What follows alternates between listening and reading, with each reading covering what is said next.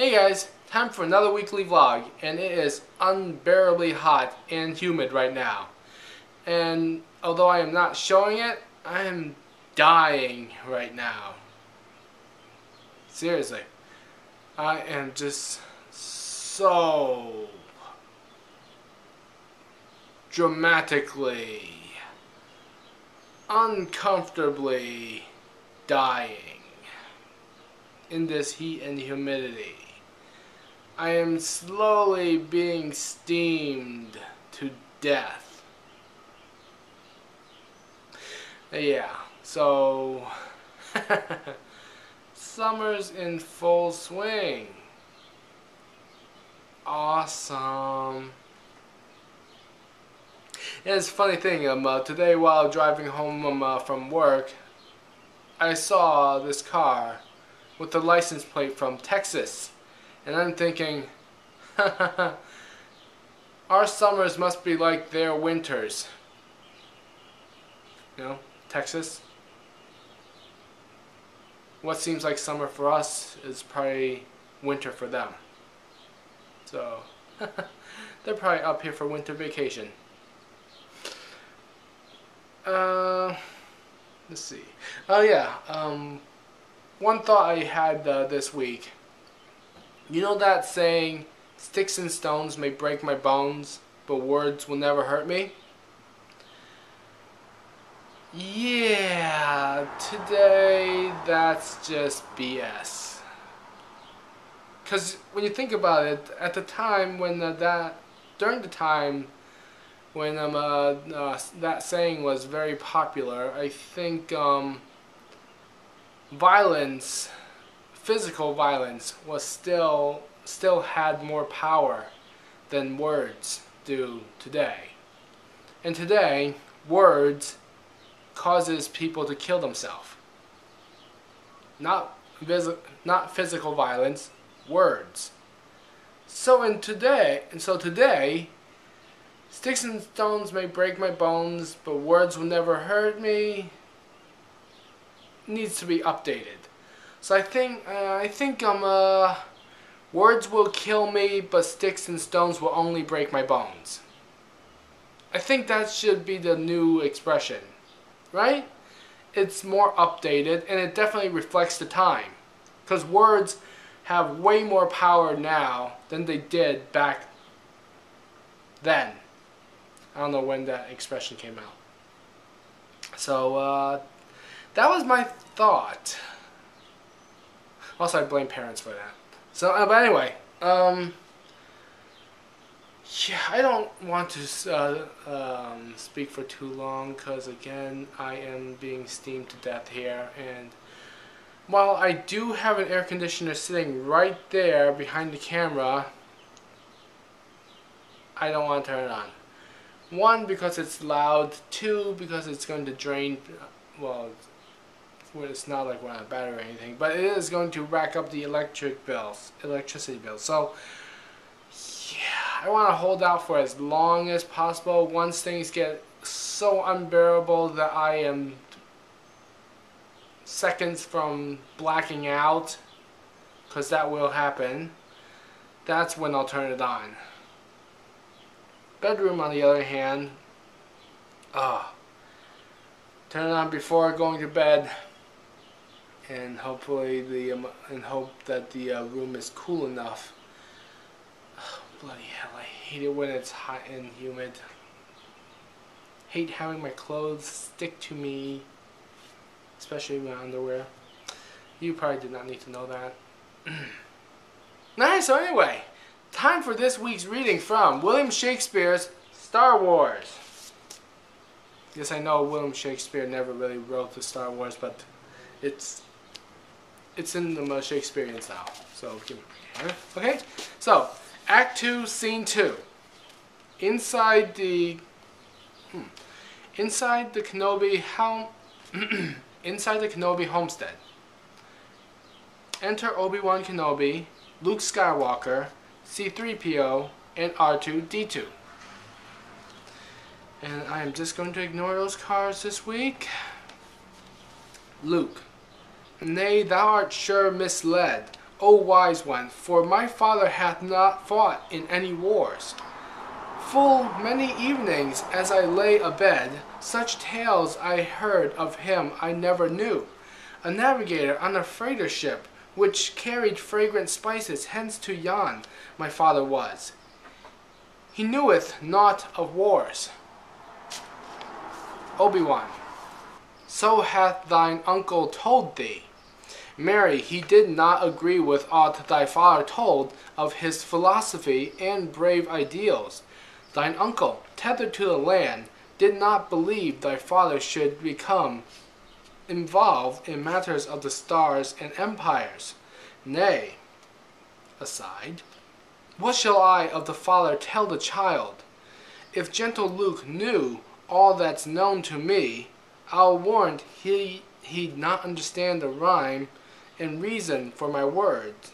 And yet, what is't to lie? To tell the truth, all else be damned? Or else to tell, perhaps, a greater truth? Is it the truth to tell a boy each fact and thus deface his father's memory? Or have I spoken better truth to Luke when I about his father speak with pride?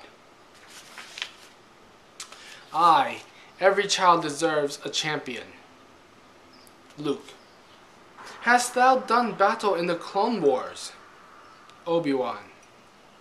Aye, and once was I a Jedi Knight, the same as thy dear father. Luke.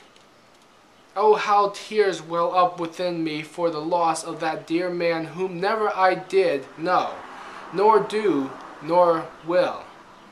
Obi-Wan.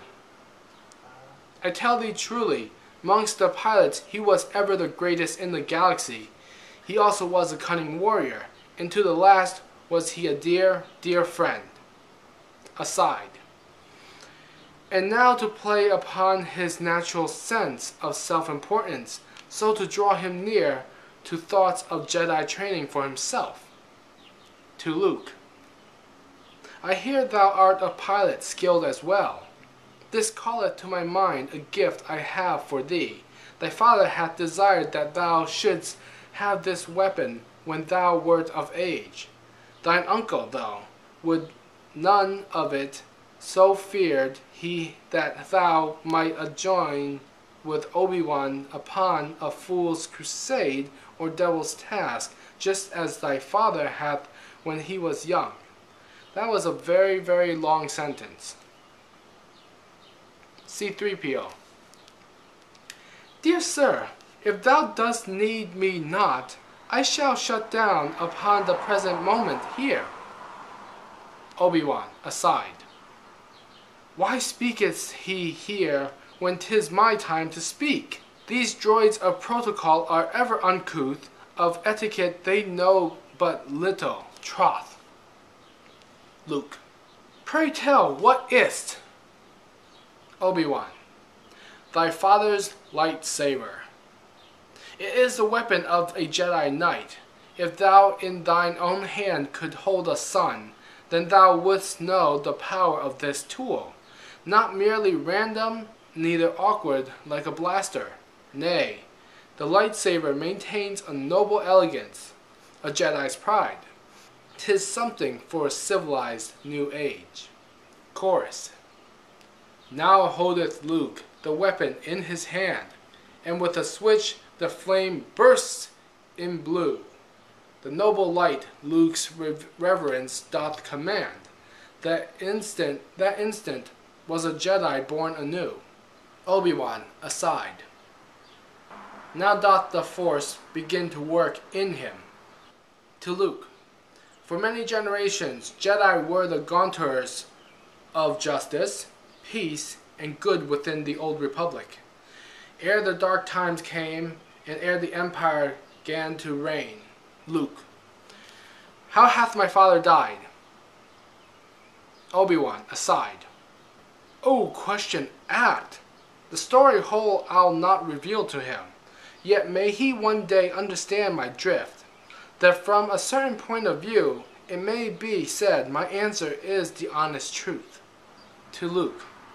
A Jedi named Darth Vader, I, a lad whom I had taught until he evil turned, did help the Empire hunt and then destroy the Jedi. Aside. Now the hardest words of all I'll utter here unto this innocent, with hope that one day he shall comprehend. To Luke.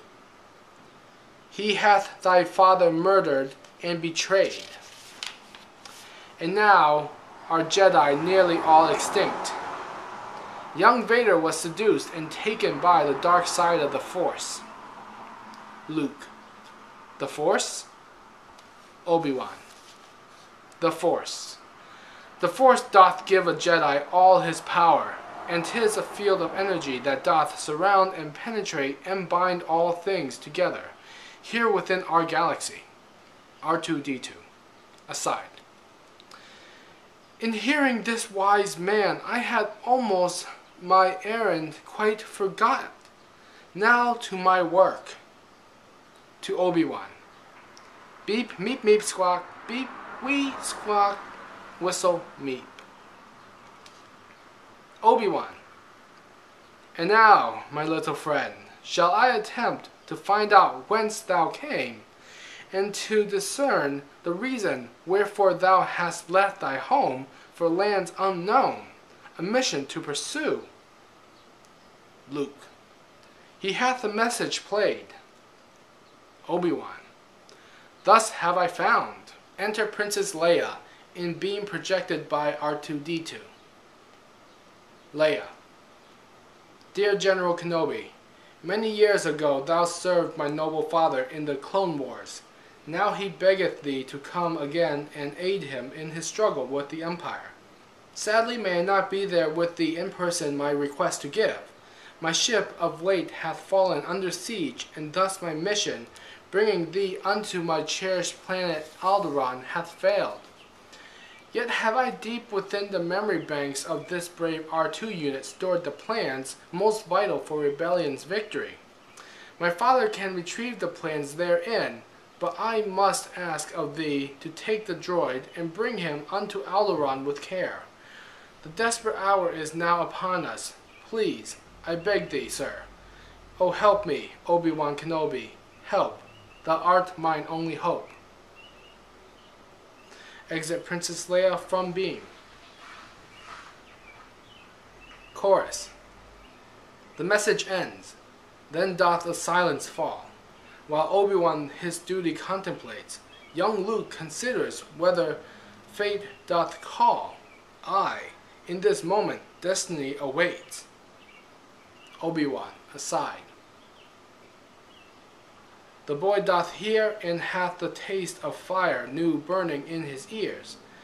Now shall I play the part of fuel and gently stoke that fire. To Luke. Thou must be taught the Force if thou wouldst come away with me and go to Alderaan. Luke. Nay, Alderaan? Aside. This man hath many charms, and now it seems to me that I have been these many hours under some great spell that he hath cast. To Obi-Wan. Nay, I must hence back home. 'Tis late, and Uncle Owen shall be vexed if I do not return to him ere long. Obi-Wan, aside. And now it must be done, or else 'tis lost. To Luke. I need all thy good help, Luke, so doth she. For such adventures I have grown too old. Luke. Nay, nay, I should not be involved, dear friend.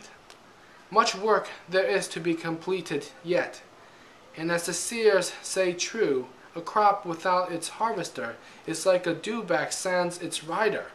Verily, I loathe the cruel and noisome empire. Aye, yet nothing against it have I power to do at present. Fie, 'tis all so far, far distant from this place. Obi-Wan. Thus speaks thine uncle through thy lips, not thee. Luke. Mine uncle, oh, mine uncle, how shall I to him explain this matter? Tell me, how? Obi-Wan. Come now with me and learn the Force, dear Luke. Luke, aside. Now am I split in twain by fate's sharp turns. Two paths, the one toward adventure leads, the other taketh me back to my home. I have, for all my life, longed to go hence, and now this Obi-Wan hath reason given why I should leave my Tatooine and fly unto the stars. Aye, he hath told me of the powerful Force, and yet another Force doth pull me home, the Force of duty and responsibility. I would go hence, would fly today and never look back again, except Beru and Owen are my true and loyal family. 'Tis settled then. I stay on Tatooine until a time when I may leave with clear, unfettered soul. To Obi-Wan. I shall take thee as far as Anchorhead. From there mayest thou find transport to where'er thou goest, aye, throughout the galaxy. Obi-Wan. Thou must hold with thy conscience, it is true. Whatever thou thinkest right, thus thou shouldst do. Exeunt. And that does it for this week's reading from William Shakespeare's Star Wars, Act 2, Scene 2. Next week, Act 2, Scene 3. Alright, and so that does it for this week's vlog. So, happy 4th of July. Talk to you guys next week, and happy birthday. Now, if you'll excuse me, it's time for me to get naked.